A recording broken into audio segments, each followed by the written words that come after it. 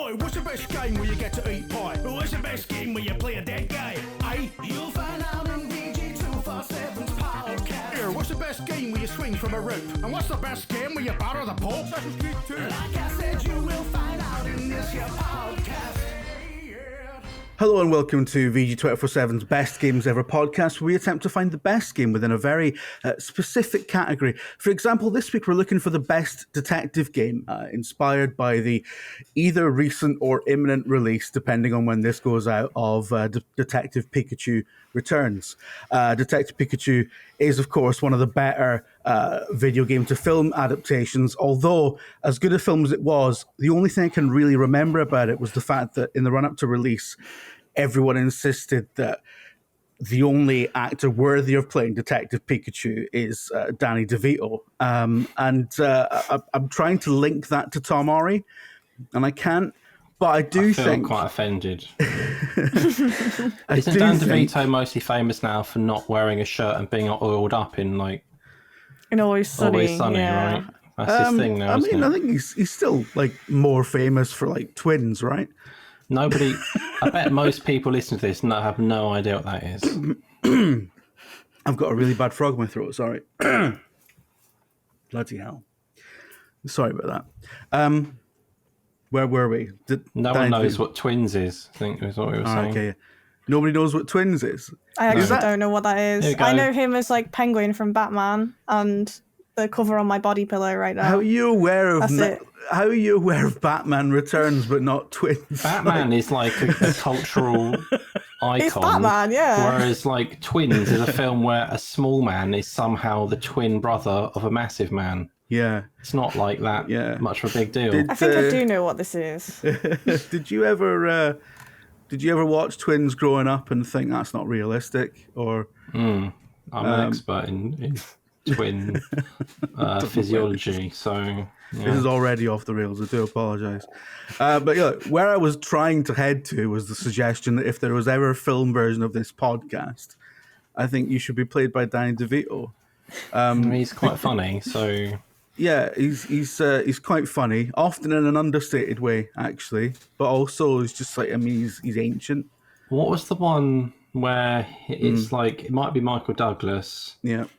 And it's a black comedy, and they're trying to kill someone. Do you remember that one? Jewel of the Nile? No, Romantic. That was action comedy. That was action comedy. Yeah. Okay. This was dark comedy. Okay. It's something about death, I'm pretty sure. I can't remember what it's called. Good podcasting, this. Death Becomes Her? No, not Death Becomes Her. Okay. No. Someone will tell us. At some point, when someone else is talking and I switch off, I will Google it. We're just playing Guess the Film. War of the Roses? War of the Roses. That's it, War of the Roses. I've never heard of that. It's a good film. He'll always be Matilda's dad to me. Yeah. Oh, yeah. Yeah, he's probably... this is just the Danny DeVito podcast now, isn't it? I completely forgot about Matilda. I'm glad I said to you, Jim, we've got to get this done really quickly. And now we're talking about Danny DeVito for about 4 or 5 minutes. Yeah, it's because I didn't write an intro. All right, okay. All right, let's get through it because Tom has a meeting to go to. This is going to be one of those weird ones where we really bash through it. All right, Tom, do you want to go first? Did we introduce everyone or not? We don't need to. We've not bothering.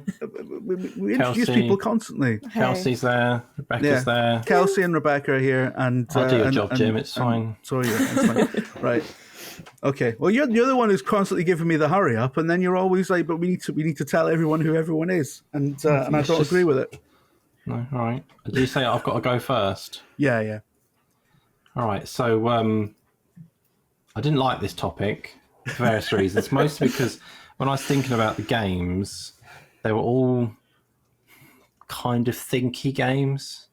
Games you've got to do thinking. Thinky games. Right. What's that one? Oberdin, that one? Yeah. That's like a detective game, right? And there's that one I played, the sort of detective game. It's like the Curse Idol or something like that. Case of the Golden Idol? That one, yeah. Which I'm just not smart enough to play. I tried playing it for a few days. I got to chapter 3 or something. I was like, nope, I just can't. my brain can't hold all the information needed to do it well enough. Yeah. So I was trying to think what games are sort of detective-y but not thinky, and then I was thinking about like where detectives might be and the kind of scenarios I might get into, and I was thinking about a moment in my life when a detective would have been really useful, maybe to solve a crime. And I was thinking about this time I was in Lidl. Yeah. I was in Lidl at one point in the past, and I heard someone say, do a poo, right? Yeah. I was like, what's going on? What's going on here? That is weird. And I turned, like you would, in like haste to see what was going on. And there was a Like child. Columbo exiting a room, right? You turned like that. Yeah. Yeah. Like a detective would do if he was there. And I saw a child on a potty doing a poo in Lidl next to the pastries. Yeah. Right? So I couldn't believe my eyes, and I thought, if only a hard-nailed ex-detective was on the scene to sort this out, right? Someone like Max Payne in the best one, Max Payne 3. Well, just as an aside, what would a detective do in that situation? Because it's Whip like out the guns, shoot everyone. right, okay. So that's not really detective. It was because it's not. That's what he does. That's what Max Payne does now, right? He's done his detecting. You know, He's done with that. He's retired. Now he's on to the next part of his life, shooting people. So I was gonna, because you know, you don't need a detective in a situation where there's a child in front of everyone. It's pretty clear It's who's probably the on the culprit. security footage. I mean, I'd love to see it one day. Like, hopefully, I'm captured, just looking in disbelief at this child defecating next to the pastries. Which, if you don't know, Lidl, the pastries are exposed to everything. Right, you can just reach in and grab whatever you want. There's no barrier there. Yeah, it's very continental. Yeah, so an amazing story, that one, but it fits very nicely with the detective theme of this podcast. Yeah. And Max Payne, who was a detective, probably didn't do everything by the book, but these days is done with that. New life, shooting people who get in his way, like the toddler doing a poo in Lidl. Okay. Oh, God, that story's horrific, Tom. I can't believe I've never heard it before. I know, right? Yeah, you'd think it would come I'd up. bring that up every day if that happened to me. Yeah. Yeah. So you know, I'm still gobsmacked by this child pooing in Lidl story, but and I fully understand the link to Max Payne 3, which is if I remember rightly set in Brazil, right? Yeah, I mean, And you like Brazil, don't you? Because of football.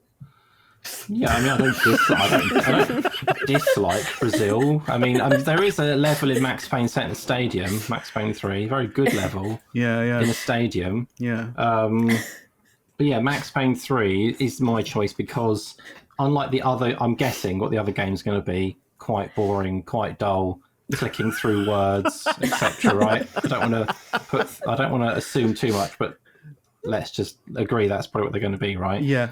Okay. Yeah. My game. Well, you read us like a book. My game does away with all that stuff. Person there, shoot them, bam. Yeah. Slow-mo dive, blam, they're dead. Yeah. Bald head, nice Hawaiian shirts. Yeah. I'm not sure if that's very effective detective work. He's not a detective anymore, but he uses his experience as a detective to hunt down the baddies, right? Yeah.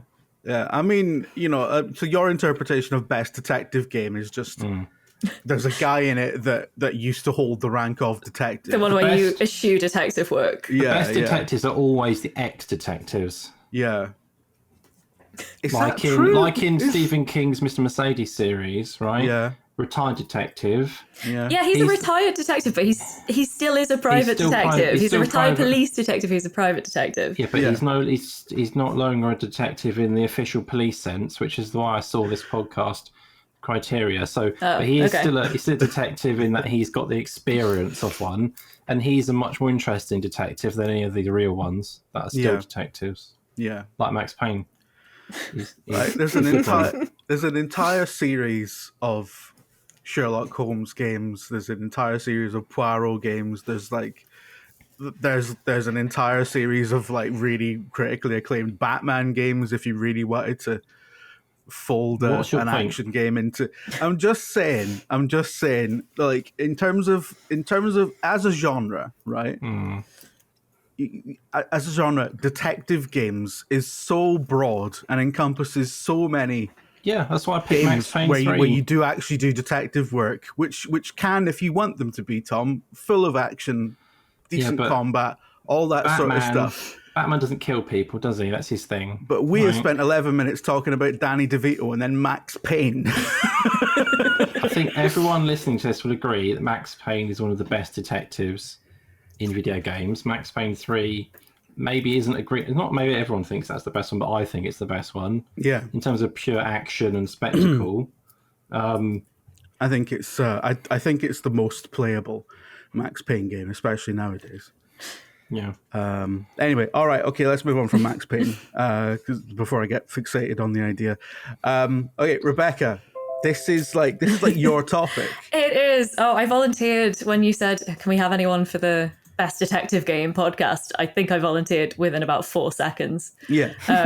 So yeah, definitely detective games have got acclaim to being one of my favorite game genres overall. It was a massive task trying to pick one for this. Yeah. And so I circled loads because obviously we said as a joke yesterday I should pick either Gabriel Knight or Danganronpa because I've picked them on the previous pods I've been on, and it would be so funny if I just always hammered those two franchises to death. But actually there's so many more that I've played, like the Ace Attorney games are great. Ghost Trick Phantom Detective is great. I'm currently playing the first Detective Pikachu, actually. So all of those, but it was like for the first time, so I don't know where this is going, but I mean, I imagine it's somewhat like the film, which I've seen a lot, but but I decided to narrow it down because otherwise it would be too huge a task. I was going to have to pick a game where you actually play someone who was employed as a detective, because so many of those games you're a lawyer or a student or whatever, and I was like, okay, it needs narrowing down, so let's choose an actual detective. Runner-up, surprisingly, I remember this almost last minute, one of the first games I ever played as a kid was Max Payne 2. No, I'm afraid not. It was a Detective Barbie game. And genuinely, like, with hindsight, the Detective Barbie games were fantastic, and there's probably a lot of my love for detective games. It's so good. I will send you a link because I rebought it on eBay when I remembered it the other day for like £8. Yeah, I want to give this a whirl. It's so good. It's really, honestly, like, I went through that phase that we all went through of being like, I don't like Barbie anymore now, and then I was like, no, actually, those games are pretty good, and we were lucky to have that sort of thing aimed at young girls at the time. And probably the fact that I loved that game in the 90s has got a lot to do with the fact that I love detective games and have this love of detective games like throughout my life. But for my actual pick, and I'm really glad that you mentioned, Jim, the Sherlock Holmes series, the Frogwares series, because I was like, my pick has to have the greatest detective in it. Otherwise it's not good enough for this topic if it doesn't have the greatest detective, and the greatest detective is Sherlock Holmes. Yeah. We all know it. So do we? Yes, we do. Look it up. He is the most portrayed character on screen ever or something. It's ridiculous. Like, there's just no contest there. I've allowed a little bit of recency bias to come into my selection of which game of the dozen that Frogwares have put out to choose. Because I'm currently playing, alongside Detective Pikachu, I'm playing Sherlock Holmes Chapter 1. And in many ways, although it took me a while to get into it, now that I'm fully invested in the world and the kind of style that it's done in, I'm like, this might be the best game that Frogwares have done. And in that sense, I think it is also the best detective game. And the reason that I think that is because they changed it up. They made it an open world, which is why I had some trouble sort of investing to begin with, because I was like, open world detective game, really? Like, I'll go out and say I liked LA Noire, but I played it like it was a linear game. I ignored all of the open world stuff in LA Noire and just played through the best. It's jank. But the story was good.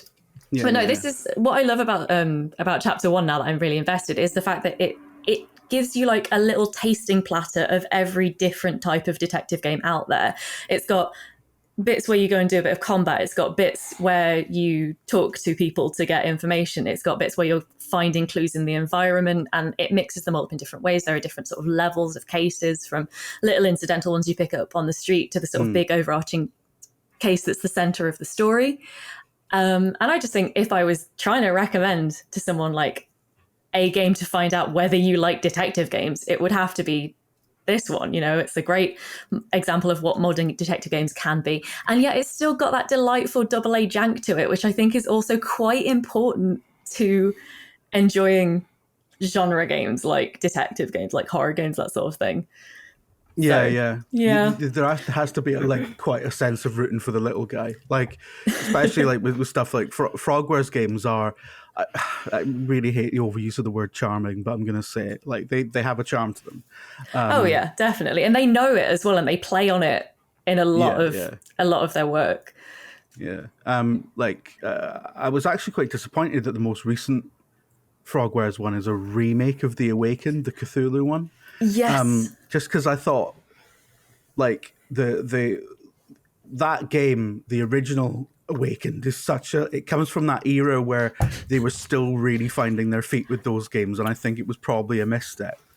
And you got that teleporting Watson and all that kind of stuff. I'm like, I'd rather see I love the chapter 1 version of Sherlock, and I'd like to see where he goes after he's done with the island and stuff.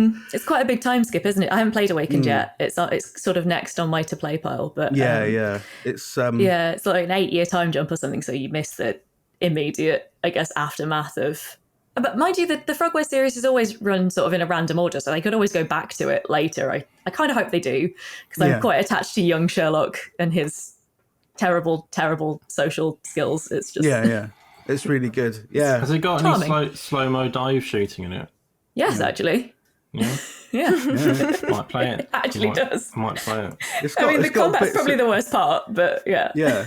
But it's slightly Batman-ish, isn't it? I think the last thing I did in that, because I played a lot of that game and then I grasshoppered away from it, but I keep intending to go back.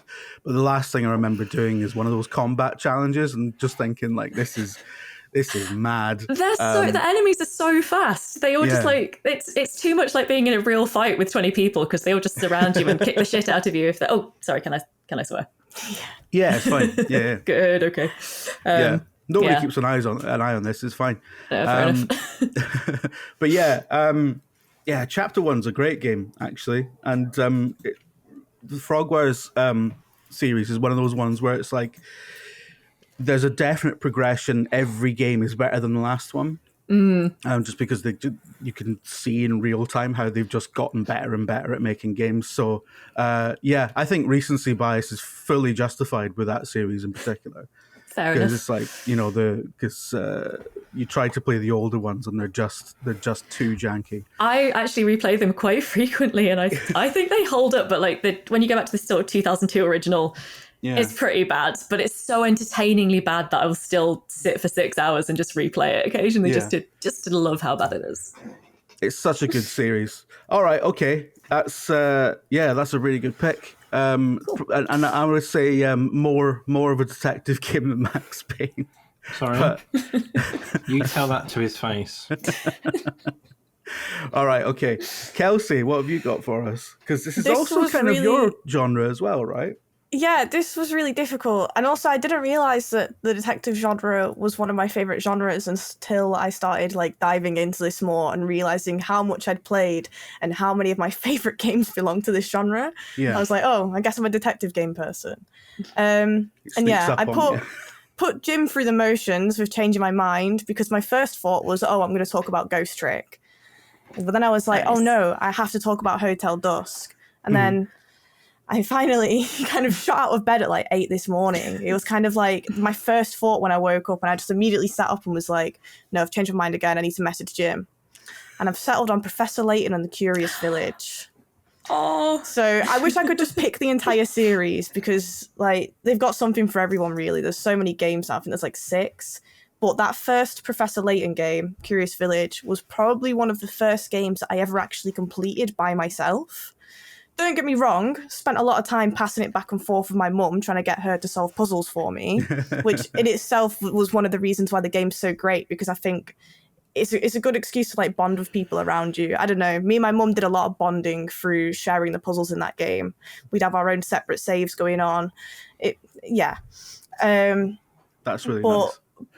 yeah, being one of the first games that I completed, it was obvious that I had to pick this one.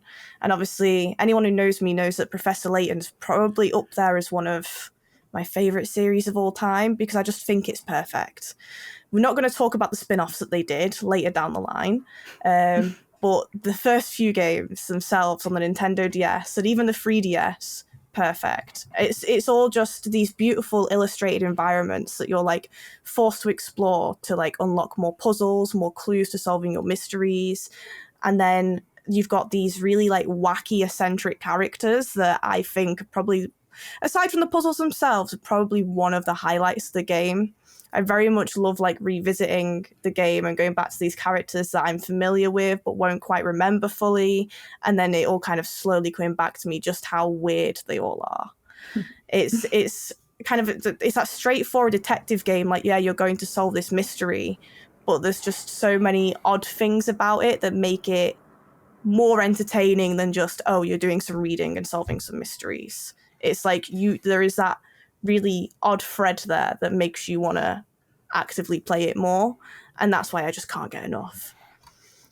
And then bring on Head of Steam, please. That's such a good pick. Yeah, it's a beautiful game. I just want to say that I also completed Max Payne 3, like Kelsey completed this game, right? So if we're going with that as a criteria, I finished it multiple times. It's right? just got that also, special place in my heart because it was the first game. I said to my mum at the time, do you want to play this? We can bond over it. She said no. What? Max Payne 3. Tried to... So it's Max Payne 3. Right. I'm sorry about that. I mean, that's sad in a way, Tom. Did you have you bonded with anyone?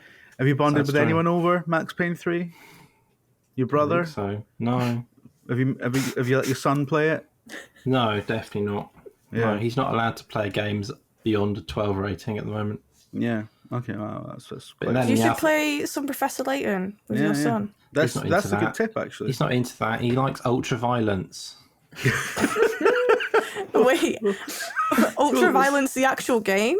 No. Yeah. I was gonna say, I don't think he's old enough to play that. It's like if he's into ultra violence, you should get him on Max Payne. Killing all those squids in Splatoon. Oh yeah. Okay. Yeah.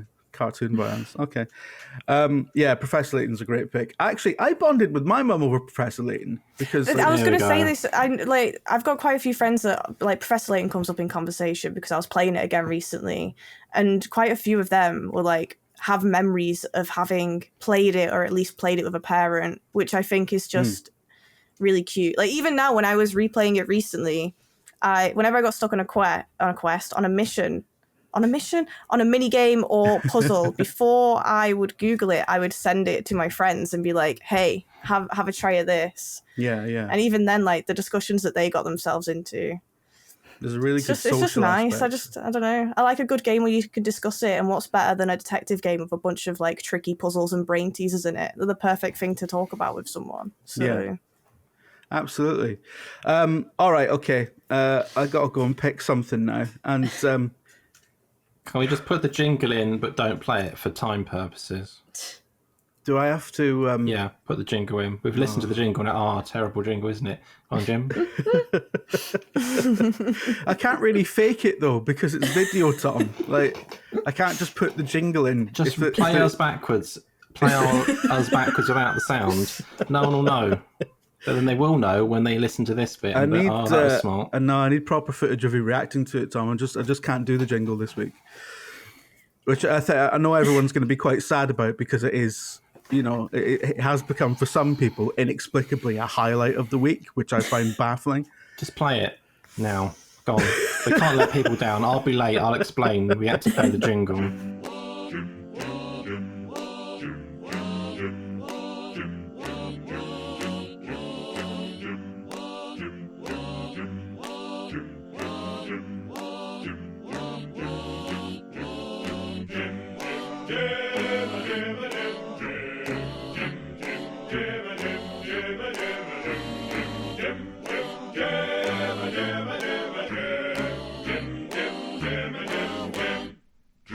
The guy who made that, I haven't spoken to him for weeks, and I don't know if he listens to this regularly, but I wonder how he feels about every week people getting more and more dismayed and annoyed by this. I'm going to start standing up and doing TikTok dances for the bit. All right, okay. Tom, I can feel Tom's eyes sort of staring right through my soul, willing me to wrap this up quickly. So, which is what I'm going to attempt to do. Okay, all right. First of all, I love the audacity, Tom, in picking possibly the one detective game that has no detective work in it whatsoever. I don't understand the issue.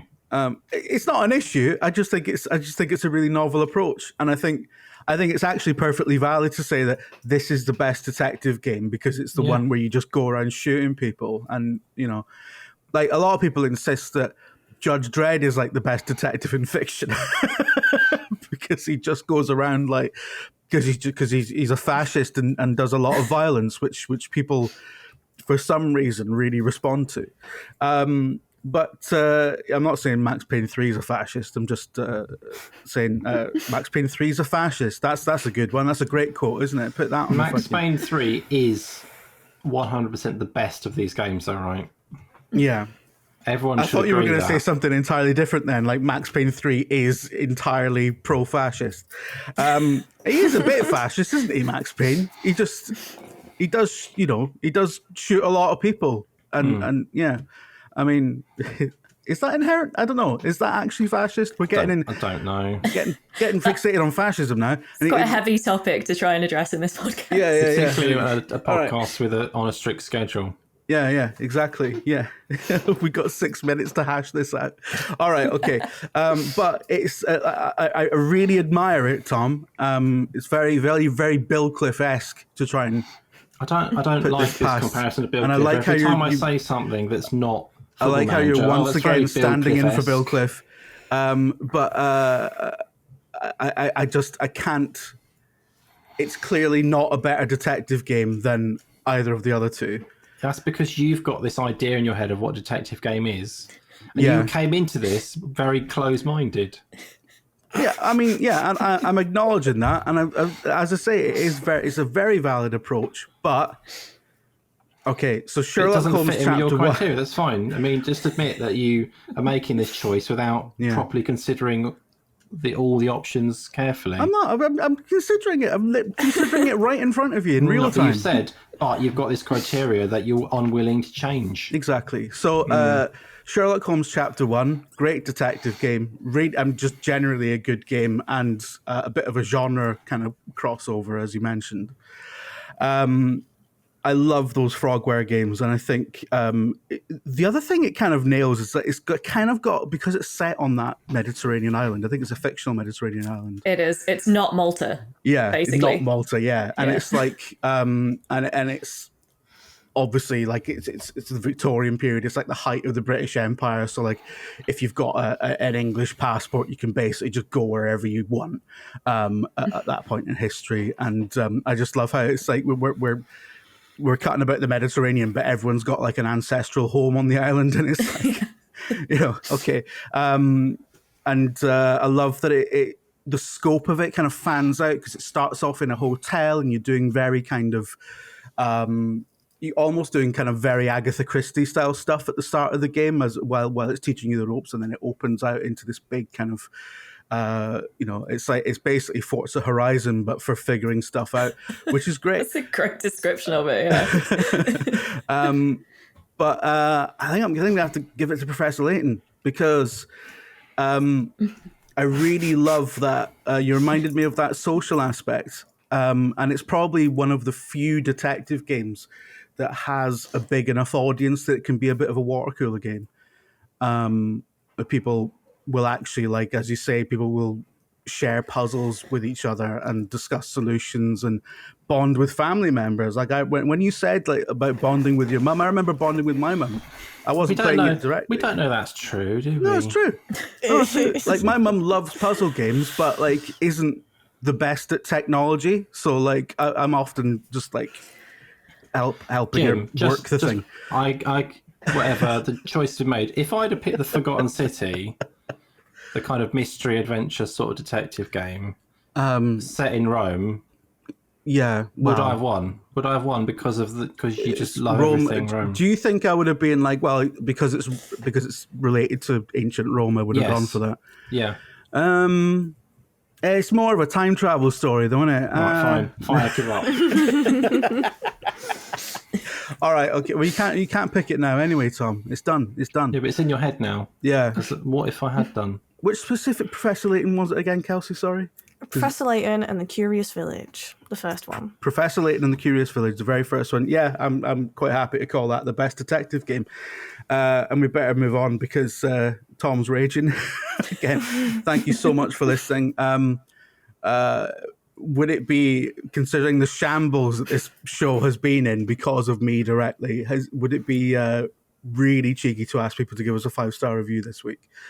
Please give us a 5-star review in your podcast platform of choice. You don't have to feel it in your heart. Just do it because it helps us out. The last review was a 1-star review. Was it? 1 star. Was it? Can you believe it? Why? What did we do? What did they Something say? about Football Manager. But I think they were wanting it to come back. They were angry that it's gone.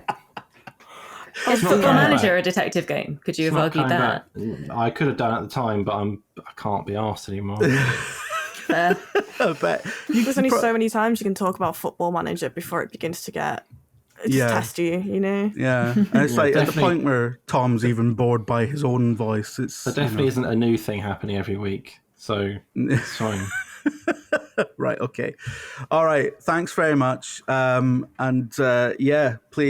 tune in next week where we haven't decided what the topic is yet because this is like 5 weeks in advance and nobody's got the capacity to think that far ahead.